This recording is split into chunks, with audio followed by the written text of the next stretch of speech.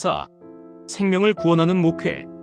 우리가 성경에서 말하는 초자연적 세계와 영적 실제를 가시적인 실체로 설명하고 인식하는 데 있어서 겪는 어려움은 초자연적인 영적 실제를 쉽게 물질적인 것으로 변질시켜버린다는 것이다. 다시 말해, 우리는 성경에서 말하는 생명과 영적인 복과 같은 초자연적 실제들을 쉽게 이 세상 차원의 물질적인 요소나 자연적인 것으로 치환시켜버린 것이다. 그래서 지금까지 기독교의 본질을 바르게 이해하지 못한 사람들은 그리스도께서 이 땅에 오셔서 우리에게 주시고자 하시는 것이 영원한 영적인 복과 생명이 아니라 물질과 같은 것이 전부인 것처럼 오해하게 되었다. 또한 목회는 지금까지 이러한 욕구에 부응하기 위하여 노력했고 많은 영적 은사들을 세속적인 목적으로 사용했다. 그래서 세속화에 물든 목회는 윤리 이상의 것을 말하지 못하고 가시적인 세상 것을 우선시하는 목회가 되어버렸다. 하나님 나라와 영원한 생명을 구원하는 목회는 하나님께서 특별히 부르신 말씀의 종들에게 주신 아들의 권세와 성령의 능력을 통해서 이루어진다. 하나님 나라를 위한 종말론적 목회 사역은 성령의 나타나심과 은사를 따라 그리스도의 인격을 드러내는 사역이다.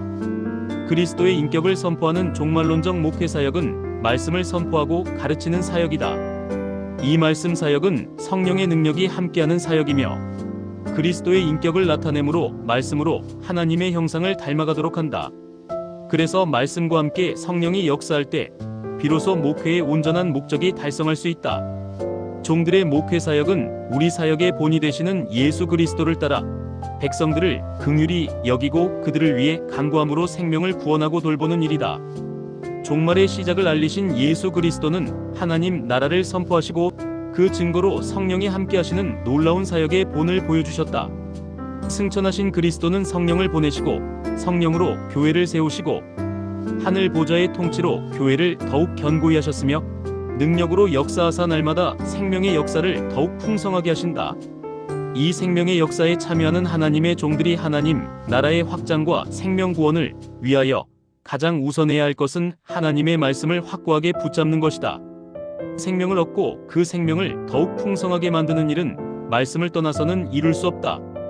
그래서 이러한 목회는 회개와 죄사함의 복음을 가장 중요한 요소로 삼는다. 예수 그리스도의 종말론적 오심의 목적은 회개와 죄사함의 복음을 통해서 생명을 구원하고 풍성케 하시는 것이다. 목회 사역의 핵심은 복음 사역이며 복음은 회개와 죄사함으로 총괄된다. 생명을 구원하는 말씀 사역의 핵심은 구원의 심각성을 얼마나 분명하게 인식하느냐에 달려있다. 목회자는 날마다 한 사람의 구원을 위해 심각하게 기도하고 노력해야 한다.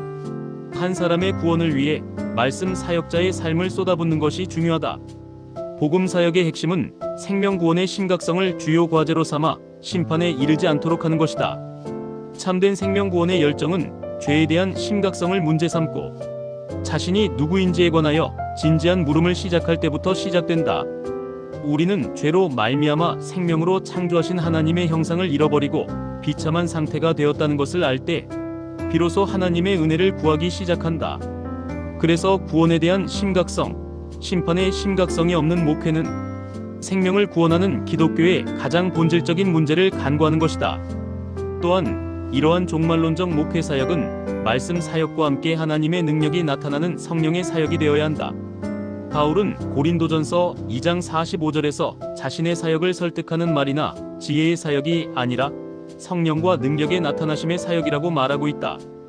우리는 성령과 능력의 나타나심 속에서 생명의 역사가 일어나며 하나님의 나라가 권능으로 임재하심을 경험하고 확신한다. 바울은 고린도전서 2장 1절에서 생명을 구원하는 하나님의 증거가 말과 지혜의 아름다운 것으로 된 것이 아니라고 강조한다. 오늘날 기독교가 허망한 말의 종교가 되어가고 있다.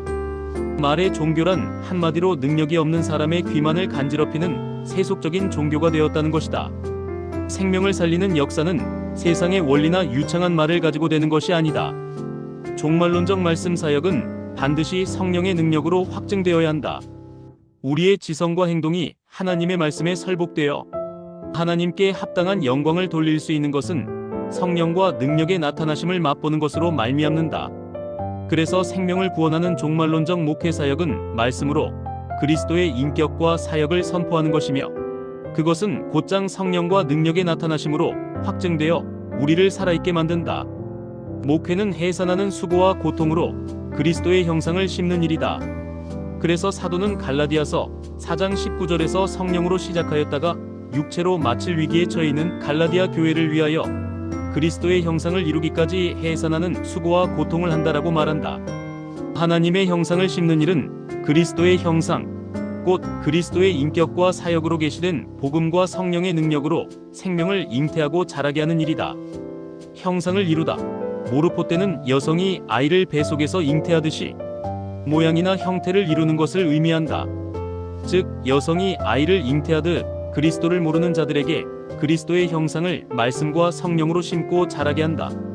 그래서 그리스도의 형상을 심는 것은 생명을 잉태하고 자라게 하고 완전한 생명에 이를 때까지 교회를 통하여 가르치고 양육하여 세상에서 실족하지 않도록 돌보는 것이다.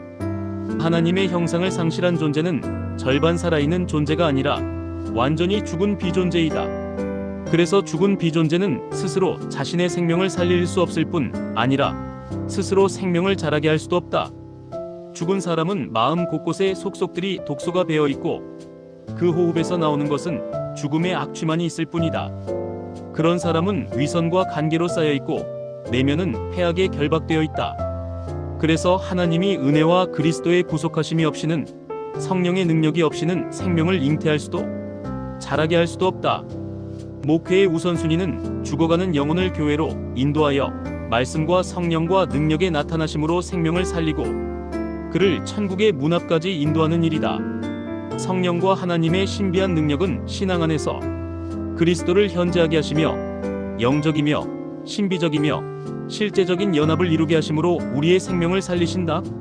사도는 이런 의미로 로마서 8장 16절에서 성령이 하나님의 자녀인 것을 증거하고 에베소서 1장 14절에서 성령이 장차 완성될 하나님 형상의 보증으로 와 계시며 에베소서 4장 23절과 24절에서 성령으로 하나님의 형상을 회복하는 것을 중생에 새롭게 하심이라고 설명한다. 고린도전서 15장에서 사도는 우리가 장차 입을 부활의 몸을 영적인 몸이라고 말한다.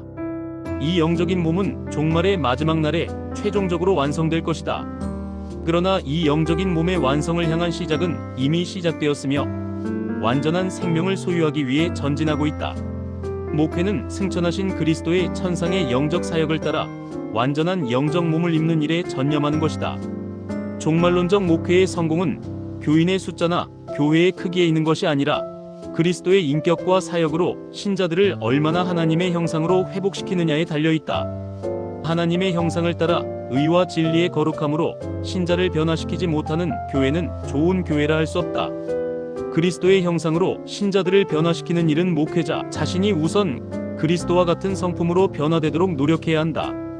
그리고 목회자는 맡겨진 양무리의 본이 되어 옛사람의 성품을 벗고 새사람, 곧 그리스도의 성품을 닮은 사람이 되어야 한다. 그렇다면 이제 목회의 일은 보이는 외형이나 교회 성도가 몇 명이 있느냐 하는 문제보다 양무리를 얼마나 그리스도의 형상으로 변화시켜 그리스도의 형상으로 살 수 있도록 양육하고 성장시키느냐 하는 것에 달려있다. 그래서 성경은 주여, 주여 하는 자가 천국을 가는 것이 아니라고 말한다. 목회 사역의 돌봄은 성령과 믿음으로 그리스도의 형상을 닮아 의의 온전함과 진리의 거룩함으로 생명을 살리고 세상에 생명성을 발휘하게 함으로써 하나님께 영광을 돌리는 것이다. 아멘.